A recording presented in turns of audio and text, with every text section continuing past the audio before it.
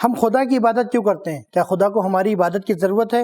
آئے جانتے ہیں آج کے ایپیسوڈ میں۔ اعوذ باللہ من الشیطان الرجیم، بسم اللہ الرحمن الرحیم۔ ناظرین السلام علیکم، تفسیر نور کے اس پروگرام میں آپ کو خوش آمدید کہتے ہیں۔ ناظرین، ہم سورہ انعام کی تفسیر کو سن رہے تھے اور اب تک ہم نے 132 آیتوں کی مکمل تفسیر کو سن لیا ہے۔ آج انشاءاللہ 3 آیتوں کی اور تفسیر کو سنیں گے، جس میں سے آیت نمبر 133، 134 اور 135 ہے۔ آیت نمبر 133 اور 34 کی تفسیر کو جاننے کے لیے آئیں اس کی تلاوت اور ترجمے کو سنتے ہیں۔ كتاب أنزلناه إليك مبارك ليدبروا آياته وليتذكر أولو الألباب بسم الله الرحمن الرحيم وربك الغني ذو الرحمة إن يشأ يذهبكم ويستخلف من بعدكم ما يشاء كما أنشأكم من ذرية قوم آخرين انما توعدون لآت وما انتم بمعجزین۔ اور تیرا پروردگار بے نیاز اور مہربان ہے، اگر وہ چاہے تو تم سب کو لے جائے اور تمہارے بعد جس کو چاہے تمہارا جانشین بنا دے، جیسا کہ تمہیں دوسری قوموں کی نسل سے وجود میں لایا ہے۔ بے شک جو کچھ تم سے وعدہ کیا جا رہا ہے وہ پورا ہو کر رہے گا، اور تم خدا کو عاجز و ناتوان نہیں کر سکتے کہ اس کی عدالت اور سزا سے بچ کر بھاگ جاؤ۔ ناظرین، یہ تو تھی ان 2 آیتوں کی تلاوت اور ترجمہ۔ آپ دیکھتے ہیں کہ اس کے اندر پیغامات کون کون سے پائے جاتے ہیں۔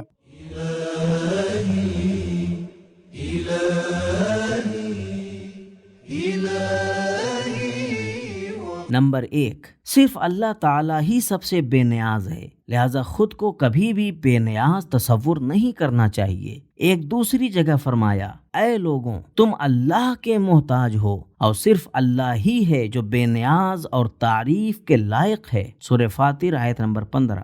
نمبر 2، گناہگاروں کو اس دنیا میں بھی ڈرنا چاہیے، کیونکہ اللہ تعالیٰ کی قدرت کے ساتھ ان کا مٹ جانا بہت آسان ہے۔ نمبر 3، ظلم کی جڑ کہ جن کا ذکر 2 آیتوں کے پہلے کیا گیا ہے، یا ضرورت ہوتی ہے یا سنگ دلی ہوتی ہے، ان دونوں میں سے کوئی بھی ذات خدا کے اندر موجود نہیں ہے۔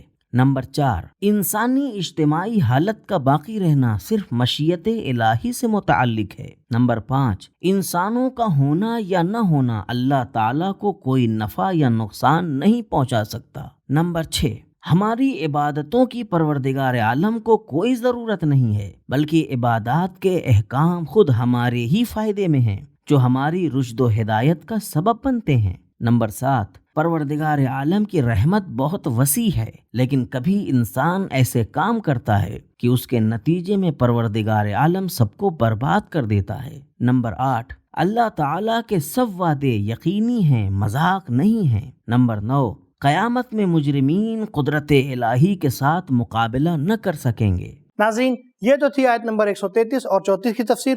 اب آیت نمبر 135 کی تفسیر کو جاننے کے لیے آئیں اس کی تلاوت اور ترجمے کو سنتے ہیں۔ قل یا قوم اعملوا على مكانتكم انی عامل فسوف تعلمون من تكون له عاقبة الدار انه لا يفلح الظالمون۔ اے رسول کہہ دو، اے قوم، جو کام تم سے ہو سکتا ہے اور تمہاری قدرت میں ہے کر گزرو، میں بھی اپنے فریضے پر عمل کروں گا، لیکن بہت جلد تمہیں معلوم ہو جائے گا کہ کون سا شخص نیک انجام رکھتا ہے اور کامیابی کس کے لیے ہے، لیکن یہ بات مسلم ہے کہ ظالم فلاح و نجات حاصل نہیں کریں گے۔ ناظرین، نکات کے بعد دیکھتے ہیں کہ پروردگار عالم نے بندگان خاص کے لیے کون کون سے پیغامات رکھے ہیں۔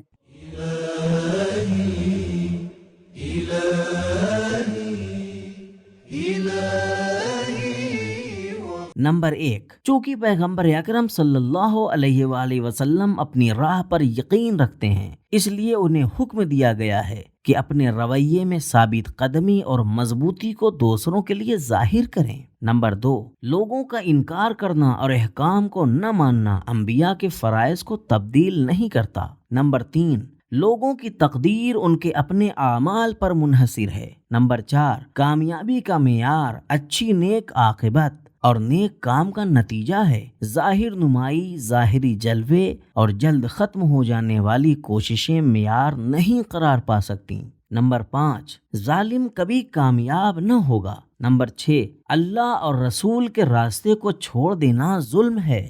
تو ناظرین، معلوم ہوا کہ پروردگار عالم کو ہماری عبادتوں کی کوئی ضرورت نہیں ہے، بلکہ ہم جو عبادت کرتے ہیں وہ اپنے ہی فائدے کے لیے کرتے ہیں۔ ناظرین، آج کا یہ ایپیسوڈ ہمارا یہیں پہ ختم ہوتا ہے، انشاءاللہ پھر ملیں گے، تب تک کے لیے شکریہ، خدا حافظ۔ سبیل قرآن، قرآنی سماج کی پہچان۔